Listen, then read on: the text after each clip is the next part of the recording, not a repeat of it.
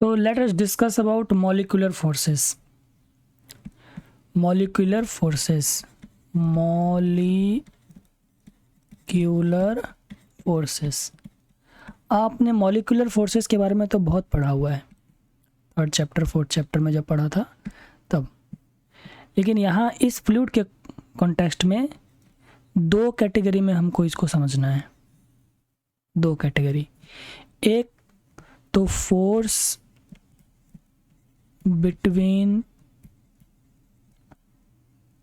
Molecules के बीच में force, लेकिन वो मॉलिक्यूल्स किसके होंगे? Of same material.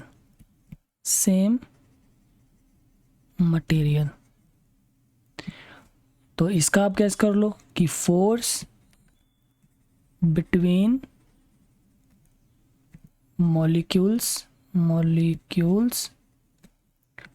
Of different material. क्या मतलब है इस बात का कि जैसे मान लो ये एक बुक है, तो बुक किससे बना हुआ है? मॉलिक्यूल्स, एटम से बना हुआ है, एटम्स से मॉलिक्यूल बना हुआ है।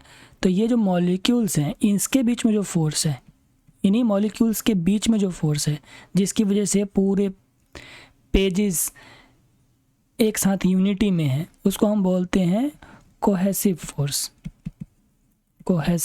फोर्स। और लेट्स से कि ये जो बुक है, बुक जैसा मर्जी ड्रॉ कर लेते हैं, ये जो बुक है वो टेबल पर रखी हुई है, ये टेबल पर रखी हुई है। तो मॉलिक्यूल्स इस बुक के और मॉलिक्यूल्स इस टेबल के ऑब्वियसली टच में रहेंगे। तो इसके बीच में जो फोर्स है उसको हम बोलते हैं अधेसिव फोर्स।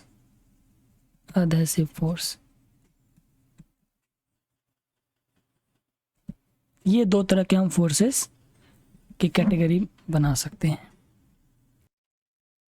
इस बात की सिग्निफिकेंस क्या है इन दो फोर्सेस को समझ करके?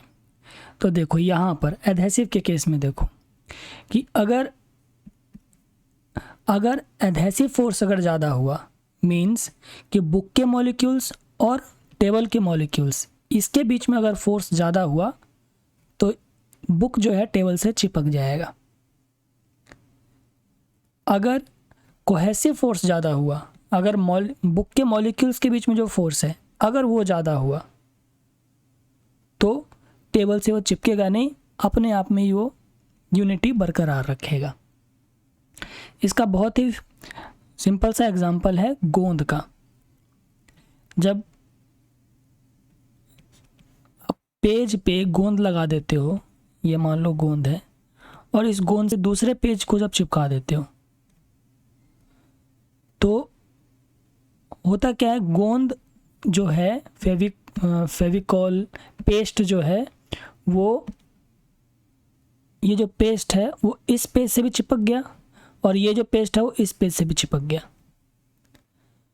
तो हम इस बात को इस तरह से वर्ड्स में एक्सप्लेन कर सकते हैं कि गोंद के मॉलिक्यूल्स के बीच में जो फोर्स है वो कम है, और गोंद के बीच और पेपर के बीच में जो फोर्स है, पेपर के मॉलिक्यूल्स के बीच में जो फोर्स है, अगेन गोंद के मॉलिक्यूल्स और पेपर के बीच जो फोर्स है वो ज़्यादा है, इसलिए गोंद और पेपर के मॉलिक्यूल्स चिपक गए।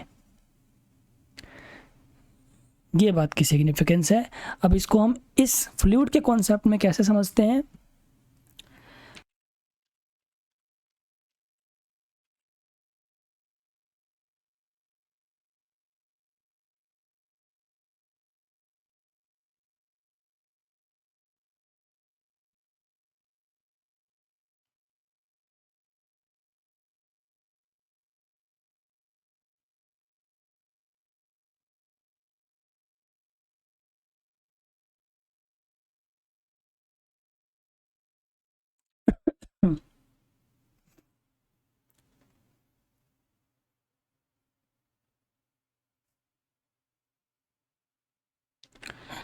होपफुली इतना समझ में आ गया होगा। अब देखो, कि मान लो मैं कोई एक टब लेता हूँ और उसके अंदर एक ट्यूब रखता हूँ, ट्यूब इसके अंदर टेस्ट ट्यूब जैसा है, इसको मैं रखता हूँ। तो अगर एक मिनट इसको मैं मिटा लूँ, अगर एटमॉस्फेयर में हमने इसको छोड़ा हुआ है तो यहाँ से कुछ फोर्स लगेगा, जो एयर का जो प्रेशर है वो यहाँ लगेगा। मान लेते हैं यहाँ पर प्रेशर P लगता है, इधर से भी प्रेशर लगेगा, मान लेते हैं यहाँ से P लगता है, और ये जो मैंने ट्यूब रखा है ये पतला सा है, ठीक है।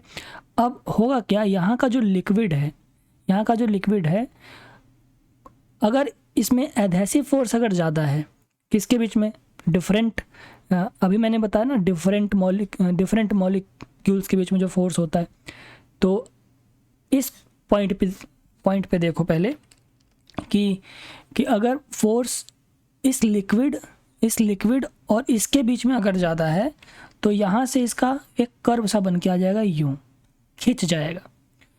ऑब्वियसली एक और फिनोमेना है सरफेस टेंशन, मतलब एडहेसिव फोर्स के कारण उससे स्टिक हो गया, इस जिसका भी है, ग्लास का अगर है तो ग्लास से स्टिक हो गया मॉलिक्यूल, उसी तरह से इधर भी स्टिक हो जाएगा, और सरफेस टेंशन के कारण एक इस तरह की एक स्क्रीन बन गई।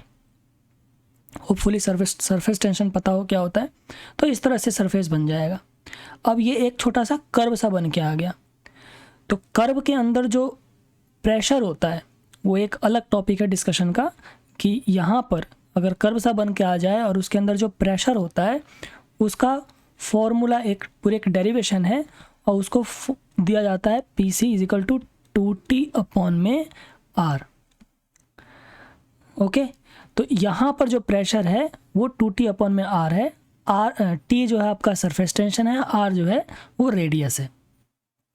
नाउ तो यहाँ पर जो प्रेशर है, मतलब ये जो बात है ये एक अलग फिनोमेना है, एक अलग टॉपिक है, तो मैं यहाँ पर बस कोट करूँगा क्योंकि मुझे जल्दी मुझे कुछ और बताना है यहाँ पर, तो आप इसको थोड़ी देर के लिए मान लो, और अगर ये समझना है तो आप ऊपर लिख दो टॉपिक करके सरफेस टेंशन एक्सेस प्रेशर करके, तो ये टॉपिक आ जाएगा, आप ये देख लेना।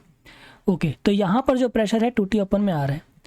अब देखो, एक हमने आर्किमिड्स प्रिंसिपल पढ़ा हुआ है कि जो फोर्स जो ट्रांसफ़र होता है, एक्सटर्नल प्रेशर अगर किसी लिक्विड पे लग रहा हो तो जो फोर्स ट्रांसफ़र होता है वो इक्वली होता है हर पॉइंट पे। अगर मैंने ये P पॉइंट बनाया हुआ है तो यहाँ पर जो प्रेशर है वही यहाँ पर भी होगा, वही यहाँ पर भी होगा, वही यहाँ पर, हर जगह, बल्कि वही यहाँ पर भी होना चाहिए,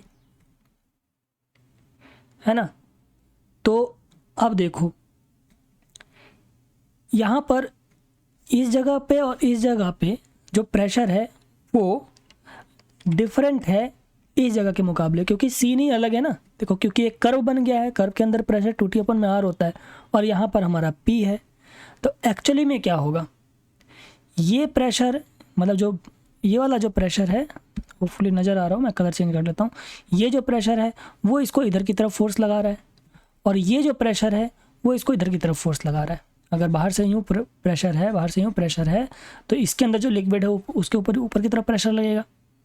तो कुल मिलाकर के यहाँ पर नेट प्रेशर बनेगा, और नेट प्रेशर क्या बनेगा, नेट प्रेशर जो बन के आएगा, net pressure in the tube will be P - 2T/R। अब देख लो गणित भाग लगा करके, नीचे से लगा हमारा P, ऊपर से लगा 2T/R। अब हम ये देखते हैं प्रैक्टिकली कि ये चीज़ जो कर्व है, प्रेशर जो है वो P - 2T/R हो जाएगा। तो कुल मिलाकर के प्रेशर किधर ज़्यादा हुआ, अपवर्ड डायरेक्शन में ज़्यादा हुआ। अब इस अपवर्ड डायरेक्शन की वजह से ये जो लिक्विड है वो ऊपर की तरफ उठने लग जाती है।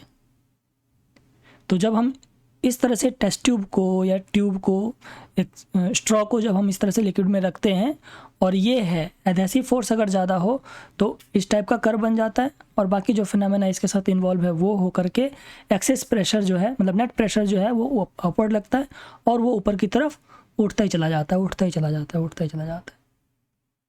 ओके, अब क्वेश्चन है कि कब तक उठेगा। तो जब तक कि अब ऊपर की तरफ उठ रहा है तो वेट, और ये ऊपर उठता ही चला जाएगा, उठता ही चला जाएगा, उठता ही चला जाएगा, और अब मैं कहूँ कि एक हाइट पर जा कर के, लेट्स से कि यहाँ पर जा कर के वो रुक जाता है, इसके बाद ऊपर बढ़ता ही नहीं है, तो इस बात को आप कैसे एक्सप्लेन करोगे? और एक्चुअली में ऐसे ही होता है। तो होता ये है कि एक हाइट पर जाने के बाद आपने पढ़ा है ना कि एक सिलेंड्रिकल वेसल हो, उसके ऊपर मतलब कॉलम का कॉन्सेप्ट है, तो यहाँ बॉटम पे जो प्रेशर होगा P, वो दिया जाता है H रॉ G से।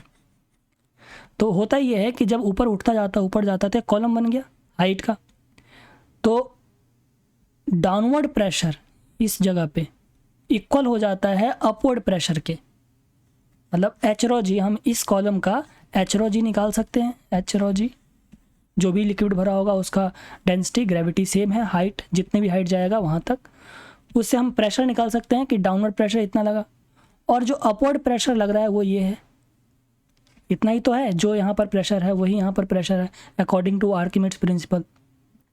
वो यही कहते हैं कि जो एक्सेस प्रेशर होता है, जो ट्रांसफ़र होता है किसी लिक्विड में, वो हर जगह इक्वली डिस्ट्रीब्यूट होता है, तो यहाँ पर भी वही प्रेशर होगा, यानी वो उस हाइट पर जा कर के रुक जाएगा जब डाउनवर्ड प्रेशर उस वेट के कारण जो बन रहा है और अपवर्ड प्रेशर इक्वल हो जाए। तो हम यहाँ से अगर मैं H इसको बोलता हूँ तो I can write it as, जो P होगा वो H रॉ G के बराबर होगा, दिस। मतलब now let us discuss barometer. तो अभी जो मैंने कॉन्सेप्ट बताया आपको कि ये कोई वेजल है, इसमें आपने कोई स्ट्रॉ डाला, पानी भरा हुआ है इसमें, तो जो फेनोमेना मैंने अभी समझाया कि यहाँ पर कुछ प्रेशर होगा एटमॉस्फेयर का डाउनवर्ड, यहाँ कुछ प्रेशर होगा, एंड ऑल दोज कि भाई यहाँ एडहेसिव फोर्स अगर ज़्यादा हुआ, यहाँ एक्सेस प्रेशर ज़्यादा हुआ, ये सारे इन्वॉल्व हो करके क्या करेगा, वाटर को ऊपर की तरफ रेज कर देगा। Now I have a question कि अगर इसकी जगह, इस वाटर की जगह अगर मरकरी इस्तेमाल किया जाए, ऐसे अगर मैं बनाता हूँ और मान लो मेरे पास एक ट्यूब है, टेस्ट ट्यूब ही है ये, let me draw test tube, इसमें मैंने मरकरी फिल कर लिया यहाँ तक, ठीक है। इसके ये जो बात है ये भी ये भी मरकरी से भरा हुआ है और मैंने यहाँ तक फिल कर लिया यहाँ तक। अब मैं इसको उल्टा करके यूँ ये वाला पार्ट अंदर रखूँ, ऐसे उल्टा करके ड्रॉप कर दूँ अंदर यूँ, सेम यही एनवायरनमेंट है इसके लिए भी, ड्रॉप कर दूँ, ये जो पार्ट है वो यहाँ पर है यूँ, तो इस मरकरी का क्या होगा, प्रेशर तो यहाँ लग रहा होगा, तो क्या इस प्रेशर से मरकरी ऊपर उठेगा? एक्चुअली में रिवर्स प्रोसेस ऑब्जर्व होता है कि अगर मरकरी यहाँ तक भरा हुआ था, अगर मान लो ये पूरा हाइट है और ये 2 सेंटीमीटर है, खाली है, वहाँ तक नहीं है, तो होगा क्या कि पूरा ये जो हाइट है इसकी, जब हम इसको फिल करेंगे तो एक्चुअली में मरकरी डाउनवर्ड डायरेक्शन में आने लगेगा। इस केस में था वाटर केस में कि वाटर ऊपर उठेगा, बट मरकरी को ऐसे फिल करके जब इसके अंदर हम लाएंगे तो मरकरी डाउनवर्ड डायरेक्शन में आएगा, डिप्रेस होगा मरकरी रखेंगे तो। अब ये तो बिल्कुल कंट्राडिक्शन वाली बात हो गई जो अब तक हमने डिस्कशन किया कि सर आपने तो अभी बताया कि भाई प्रेशर लगेगा, एक्सेस प्रेशर हो जाएगा, इस तरह का कर्व बनेगा, and all those actions involve हो करके इसको ऊपर की तरफ रेज कर देगा, बट यहाँ पर अपोजिट होगा, मरकरी के केस में अपोजिट होगा कि वो डाउनवर्ड डायरेक्शन में जाएगा। और फिर मेरे यहाँ से क्वेश्चन है कि क्यों, ऐसा क्यों होगा?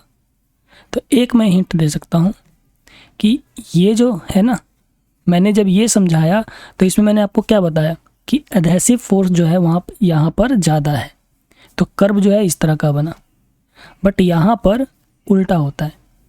मरकरी का जो कोहेसिव फोर्स है, means the force between the molecules of mercury is greater than the force between molecules of mercury and glass.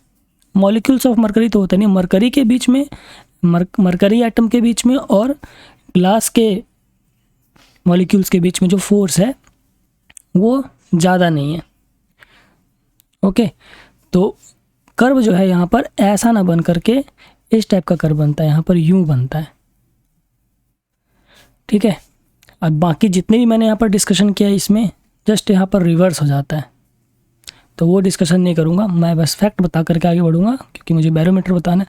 तो ये डाउनवर्ड डायरेक्शन में जाने लग जाता है, मतलब सेम एक्टिविटी यहाँ पर जैसे मैंने ऊपर के लिए समझाया कि ऊपर की तरफ क्यों रेस कर जाएगा, उसी तरीके से जब कर्व ऐसे बनेगा तो जो हमने एनालिसिस यहाँ पर किया 2T/r फोर्स, नेट प्रेशर वगैरह का, वो भी हम यहाँ पर एनालिसिस करके लास्ट में हमें यही समझ में आता है कि वो डाउनवर्ड डायरेक्शन में चला जाता है।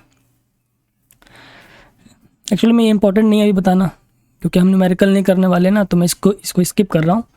प्रैक्टिकल बात बता देता हूँ कि डाउनवर्ड डायरेक्शन में इस तरह से चला जाता है और एक हाइट पे आकर के रुक जाता है, अंदर जा कर के रुक सकता है यूँ कि मतलब यहाँ तक हो सकता है मरकरी इसका यहाँ तक भरा हुआ हो, यहाँ तक भरा हुआ, और इसका हो सकता है यहाँ तक हो डाउनवर्ड। तो हम यहाँ पर मरकरी कॉलम, अब मेरी बात यहाँ पर ख़त्म होगी। अब हम बात करते हैं बैरोमीटर। बैरोमीटर क्या है? तो मैंने इंट्रोडक्टर में ही बताया था, barometer it is a device to measure atmospheric pressure. तो ये जो मैंने ड्रॉ किया ना अभी, यही एक्चुअली में बैरोमीटर का कॉन्सेप्ट है।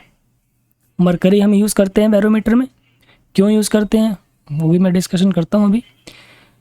बेसिकली जो बैरोमीटर का जो वर्किंग प्रिंसिपल है वो यही है कि कैसे वो जो भी हमने लिक्विड फ्लूइड लिया है ट्यूब में, वो ऊपर जाएगा या नीचे जाएगा, ओवरऑल जो कॉन्सेप्ट इन्वॉल्व है। तो हम इसका इस्तेमाल करके हम एटमॉस्फेयर का प्रेशर हम नाप सकते हैं। मैंने इसमें डिस्कशन कर लिया।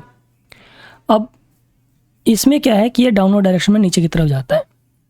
तो यहाँ पर जो हाइट बन के आता है, कितना हाइट होता है मरकरी का, तो मरकरी कॉलम जो होता है, एटमॉस्फेयर का जो प्रेशर नापते हैं, तो मरकरी कॉलम हमारा 76 सेंटीमीटर तक जाता है। Height of mercury column is 76 centimetre. Okay, mercury ही क्यों यूज़ करते हैं? तो आप यहाँ देखो इस जगह पे, एक मिनट में थोड़ा साफ कर लेता हूँ। नाउ सी कि ये मेरा मरकरी का बात है पूरा, ये मैंने ट्यूब उल्टा रख दिया है और यहाँ तक मेरा मरकरी जो है डिप्रेस होकर के डाउनवर्ड डायरेक्शन में आकर के यहाँ तक गया है। कॉलम जो है इसका इतना हाइट बना है। मरकरी क्यों यूज़ करते हैं? तो ये जो खाली जगह है यहाँ पर वैक्यूम क्रिएट कर देता है मरकरी। वैक्यूम क्या क्रिएट करता है कि मरकरी का जो वेपर ही क्रिएट नहीं होता, तो ऊपर किसी तरह का गैस वैस होता नहीं है, और उस गैस का जो प्रेशर यहाँ पर लगना चाहिए वो लगता ही नहीं है। तो जब ऊपर से किसी एक्सेस प्रेशर, मतलब एक्सटर्नल फैक्टर का कोई कंपोनेंट यहाँ पर इन्वॉल्व नहीं है, तो जो कैलकुलेशन होके आता है, जो हाइट हमारा आया h = 76 सेंटीमीटर, तो वो हमारा एग्जैक्टली एटमॉस्फेयर की ही वजह से ही आ जाता है। ओके, मतलब यहाँ पर कोई वेपर नहीं होता, मरकरी का वेपर नहीं होता, तो उसका जो प्रेशर है वो हमारे कैलकुलेशन का पार्ट नहीं बनता, तो कैलकुलेशन जो है वो और आसान हो जाता है। ठीक है, ये था आपका बैरोमीटर का कॉन्सेप्ट।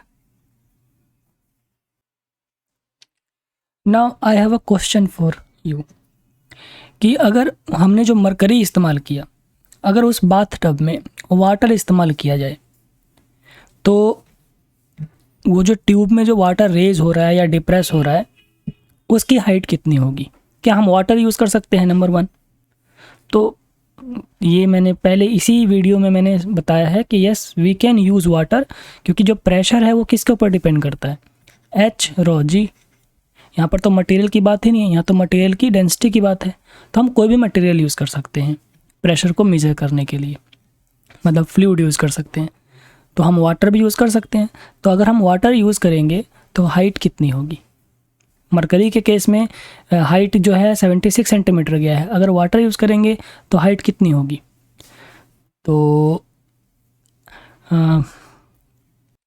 अगर हम यहाँ पर सारी वैल्यू अगर पुट करें कि हम मरकरी बैरोमीटर के हेल्प से एटमॉस्फेरिक प्रेशर भी निकाल लें, और डेंसिटी ऑफ वाटर हमें पता है, बुक वगैरह से देख करके हम यहाँ पर पुट कर दें, ग्रेविटी हमें पता है 9.8, वो हम पुट कर दें और सॉल्व करें इसको, तो हमारा हाइट जो है वो 10.3 मीटर, इतने हाइट तक जाता है। ये मैंने कैलकुलेट किया हुआ है, बुक की हेल्प से मैं बता रहा हूँ, तो आप खुद करके देख लो कि इतना हाइट हमारा चला जाता है। अब ये हाइट कितना है? ये लगभग 30 फुट के आसपास है। तो 30 फुट का मतलब हो गया करीबन 2 बिल्डिंग। अब हम ऐसा डिवाइस बनाएं ऐसे एक क्वेश्चन है कि क्या हम मरकरी यूज़ कर सकते हैं, सॉरी, क्या हम वाटर यूज़ कर सकते हैं इन प्लेस ऑफ मरकरी? तो yes we can use, technically कोई भी किसी भी तरह की रुकावट नहीं है। लेकिन हाइट कितना आ गया आप ये देखो, जो जो एटमॉस्फेरिक प्रेशर, जो हमारे अभी आसपास जो एटमॉस्फेरिक प्रेशर होता है उसके लिए मरकरी की जो हाइट है वो 76 सेंटीमीटर जाती है। और उतने ही प्रेशर मेज़र करने के लिए अगर हम मरकरी की जगह वाटर इस्तेमाल करते हैं तो हाइट रेज जो कॉलम जो है वो ट्यूब, जो हमने छोटा सा ट्यूब जो रखा उसकी जगह कॉलम हमें रखना पड़ेगा इतना 10.3 यानी 30 फुट से ज़्यादा का कॉलम हाइट जाएगा। तो वो थोड़ा सा इम्प्रैक्टिकल हो जाएगा, क्योंकि डिवाइस तो ऐसा बनाया जाता है जिसको इस्तेमाल करने में आसान हो, बल्कि सा हो जाएगा। ओके, तो इतना हाइट चला जाएगा।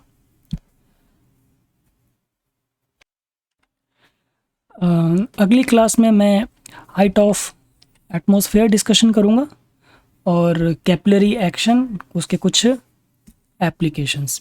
ज़्यादा डिटेल में नहीं जाएंगे, बस जो कॉन्सेप्चुअल बात है उसको हम डिस्कशन करेंगे 6th पार्ट में। सो बस